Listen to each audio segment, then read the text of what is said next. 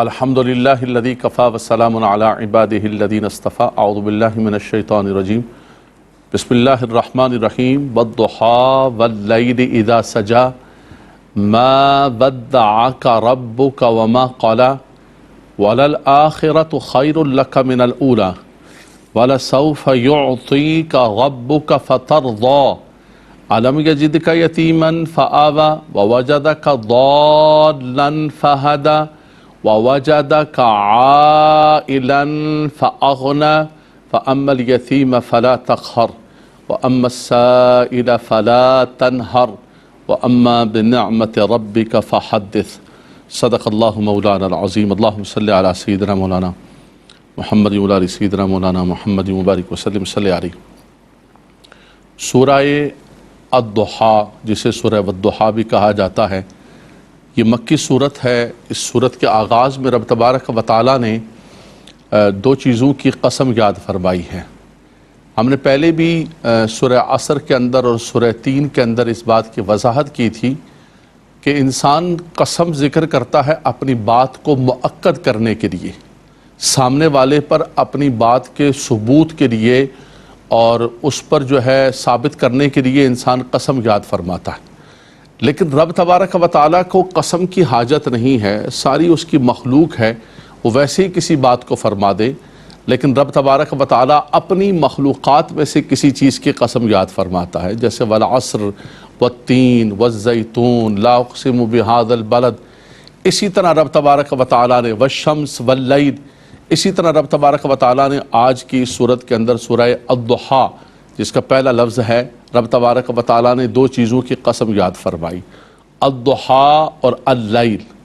فرمایا والضحیٰ، واو قسمیہ ہے، فرمایا وقت چاشت کی قسم ہے۔ اس وقت چونکہ سورج کی شعائیں بالکل عروج پر ہوتی ہیں، سورج نکلتا ہے اور سورج اپنی آب و تاب کے ساتھ جو ہے چمک رہا ہوتا ہے، نکل رہا ہوتا ہے، بڑا مبارک وقت ہوتا ہے۔ ویسے ہی فجر کا وقت ہی بڑا مبارک ہوتا ہے۔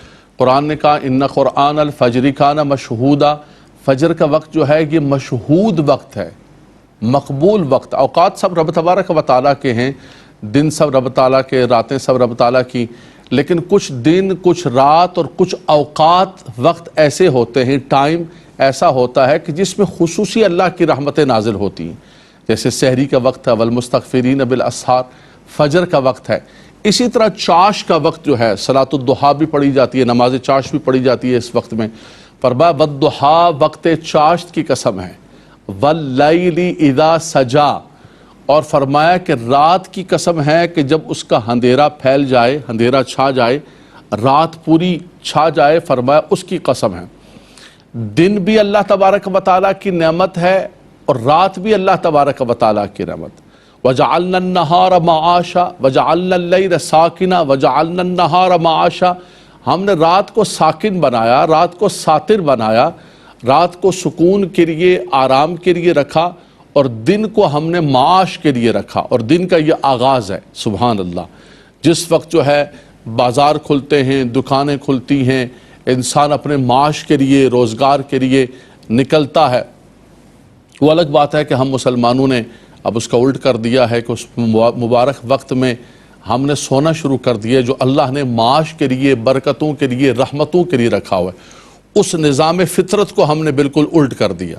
رات کو رب تعالیٰ نے آرام کے لیے رکھا تھا، دن کو معاش کے لیے، ہم نے اس کو جو ہے رات کو جاگ رہے ہوتے ہیں اور دن کو ہم سو رہے ہوتے ہیں، جو فطرت کے بالکل خلاف ہے۔ رب تعالیٰ فرماتا ہے کہ میں نے انسان کو پیدا کیا اور انسان کے لیے یہ نظام بنایا۔